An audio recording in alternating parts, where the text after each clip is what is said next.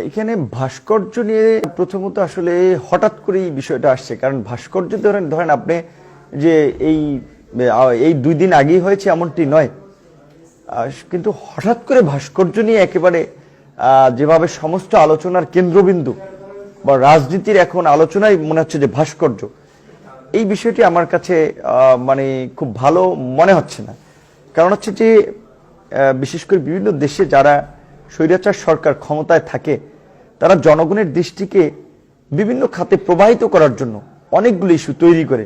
যেমন আপনি দেখেছেন যে বাংলাদেশে আপনার সেই বেশ কয়েক বছর ধরেই জঙ্গিবাদের একটা মানে হচ্ছে আলোচনা চলছে, কিন্তু এর অনেকগুলো ঘটনাই আবার সুপরিকল্পিত ছিল। কোথাও কোথাও নাটক, সরকারি নাটক, এগুলো কিন্তু প্রমাণিত হয়েছে, মিডিয়া এসেছে। সুতরাং সেই জায়গা থেকে এটা বলা যাচ্ছে যে এই যে জঙ্গিবাদ, এগুলো কিছু কিছু ক্ষেত্রে সরকার মানে হচ্ছে পশ্চিমাদের সাপোর্ট নেওয়ার জন্য মানে হচ্ছে নাটক সাজাচ্ছে। এবং তারপরে দেখেন বিভিন্ন জায়গায় অগ্নিসংযোগ, এই সেই, যেমন আপনার রেশমার কাহিনী, যে রানা প্লাজার ট্র্যাজেডি 17 দিন পরে উদ্ধার করলো, সমস্ত বিশ্ব মিডিয়া হইচই ফেলে দিল, অথচ পরে আমরা জানলাম যে এটি একটি নাটক সাজানো।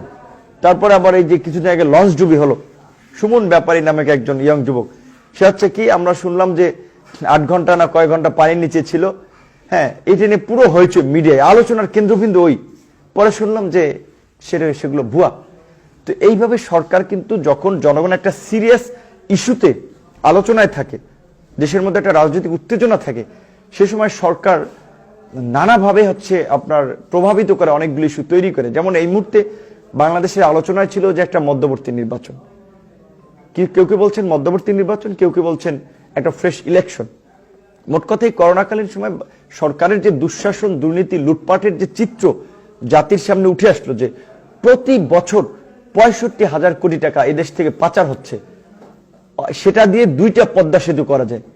আর আমাদের মিডিয়াগুলো, সরকার আপনার টকশো আলোচনা তুলে দিচ্ছে, ওই পদ্মা সেতু একটা করে স্প্যান বসায়, সব মিডিয়াগুলো তাক করে দেখাচ্ছে, টকশো হচ্ছে যে পদ্মা সেতু স্প্যান বসে 38টা, আমার 2টা স্প্যান বাকি, 3টে স্প্যান বাকি, তাহলে স্বপ্নের সেতু তৈরি হবে, একটা সেতু দিয়ে জাতি উদ্ধার হয়ে যাবে।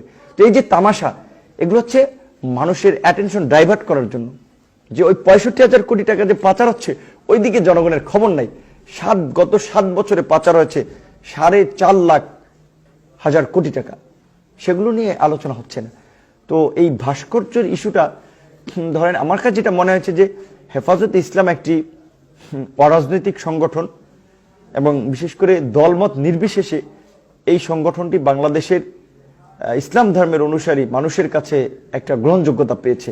2013 সালে যে তারা দাবি দেওয়া করেছিল এবং তাদের উপরে যে নির্যাতন, নিপীড়ন, দমন পীড়ন হয়েছে, অনেকে ভেবেছিল যে হেফাজত বোধহয় ওর পরে শেষ হয়ে যাবে। এবং আমরা দেখেছি যে হেফাজতের একটা অংশ আবার সরকারের সাথে আপোষ করেছে, যে বলেছে রেলওয়ের জায়গা নিয়েছে, কেউ কেউ টাকা পয়সা নিয়েছে, বিভিন্নভাবে সুযোগ সুবিধা নিয়েছে, একটা অংশ আপোষ করেছে। এটা দিনের আলোর মতো স্পষ্ট, যেটা সর্বশেষ হেফাজতের কমিটি গঠনের সময় আমরা যেটা দেখলাম।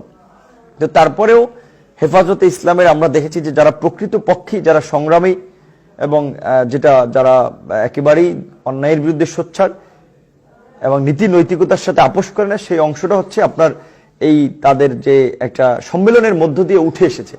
এইটা সরকারের জন্য একটা মাথা ব্যথার কারণ হয়েছে, যে এই অংশটা তো সরকারের সাথে আপোষ করেনি, এবং জুনায়েদ বাবুনগরী সহ অনেকে তারা নির্যাতিত হয়েছেন, বাট সরকারের সাথে আপোষ করেনি।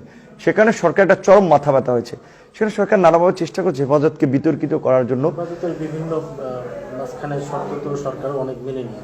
না, সেটা বলছি যে সেখানে মাথা ব্যথা ছিল। তারপরে আবার এই ভাস্কর্য ইস্যুতে যখন হেফাজতের নেতারা খুব কড়া বক্তব্য দিয়েছেন, সোচ্চার হয়েছেন, তখন সরকার এটাকে নিয়ন্ত্রণ করার জন্য নানাভাবে চেষ্টা করেছে। এবং সর্বশেষ আমরা যেটা দেখলাম, যে দেখেন যখন হেফাজতে ইসলাম ভাস্কর্যের বিপক্ষে অবস্থান নিয়েছে, তখন সরকার শুরুর দিকে ওইভাবে রিয়াক্ট করে নেই। চরমোনাই পীর সাহেব অবস্থান নিয়েছে, খুব একটা রিয়াক্ট করে নেই। তারপরে অন্যান্য সংগঠনকে দিয়ে সরকার আস্তে আস্তে শুরু করিয়েছে, মুক্তিযুদ্ধ মঞ্চ, স্বেচ্ছাসেবক লীগ, যুবলীগ, ছাত্রলীগ, এবং আজকের সর্বশেষ ওবায়দুল কাদের সাহেব সোহরাওয়ার্দীর আপনার মাজারে শ্রদ্ধা নিবেদন শেষে যেটি বললেন, যে তারা মাথা গরম করতে চায় না এবং তারা মানে হচ্ছে কি বলে, যে কারোর সাথে সংঘাতে যেতে চায় না, দ্যাট মিনস হয়তো এটা হতে পারে যে হেফাজতের দাবি দেওয়ার প্রতি তারা একটু নমনীয় হচ্ছে, এবং হেফাজত সহ অন্যান্য যে বাংলাদেশের শীর্ষ আলেমোলামা রয়েছে তারা যে আজকে যাত্রাবাড়িতে যেই একটা সমাবেশ করেছে, সেখান থেকে তাদেরও যে বক্তব্যগুলো এসেছে সেগুলো আগের বক্তব্য থেকে একটু ভিন্ন ধরনের। আগের বক্তব্য ছিল একেবারে কড়া বক্তব্য যে এটা করতে হবে, ভাস্কর্য বুড়িগঙ্গায় ফেলে দেবে, কিন্তু এখন তারা সরকারের প্রতি আহ্বান জানাচ্ছে যে এইটা আমরা আহ্বান জানাই। সেক্ষেত্রে বোঝা যাচ্ছে যে দুই পক্ষের সুর একটু নরম হচ্ছে, এবং মূল জায়গা থেকে বিশেষ করে হেফাজতের ইসলামের তো সহ এই যে ধর্মভিত্তিক সংগঠনের নেতারাও একটু ছাড় দিচ্ছেন, সেটা আমার দৃষ্টিতে খারাপ না। কারণ একটা দেশে আপনার বাংলাদেশ তো আর একেবারে ইসলামিক রিপাবলিক কোনো কান্ট্রি না যে এখানে সমস্ত আইন কানুন নিয়ম নীতি আপনি কুরআন সুন্নাহর আলোকে চাইলেই হবে। সেটি যতটুকু আদায় করা যায়, যতটুকু ইমপ্লিমেন্ট করা যায়, সেটি আস্তে আস্তে আলেমোলামারা চেষ্টা করতে পারে, দাবি দেওয়া জানাতে পারে, এবং সরকারও যতটুকু সম্ভব মেনে নিবে বা যতটুকু তারা পারে করবে। কিন্তু আমার পক্ষে যে একেবারে কাটকাট বিরোধিতা, মুখোমুখি অবস্থানের থেকে আসলে কোনো কিছু সম্ভব না।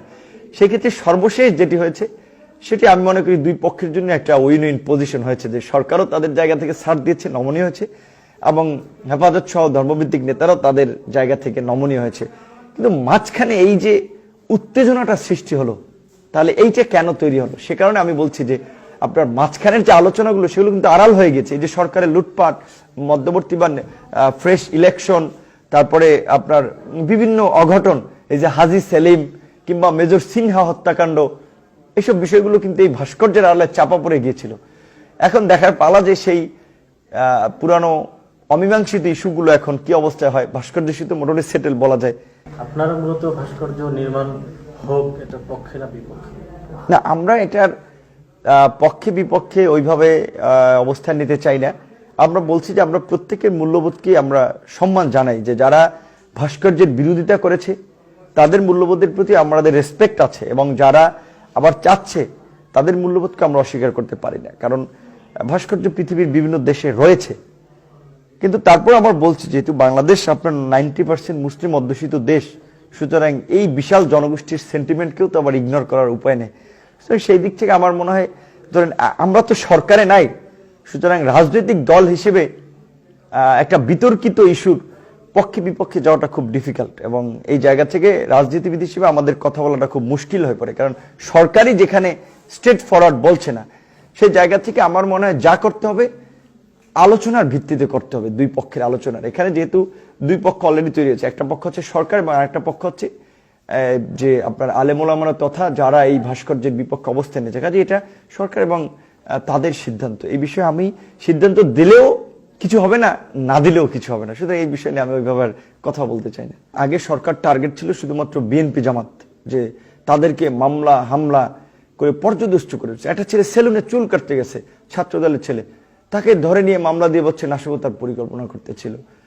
5 জনে মিলে চা খাচ্ছে, সেখানে তারা বলছে যে তারা নাশকতার পরিকল্পনা করতেছিল।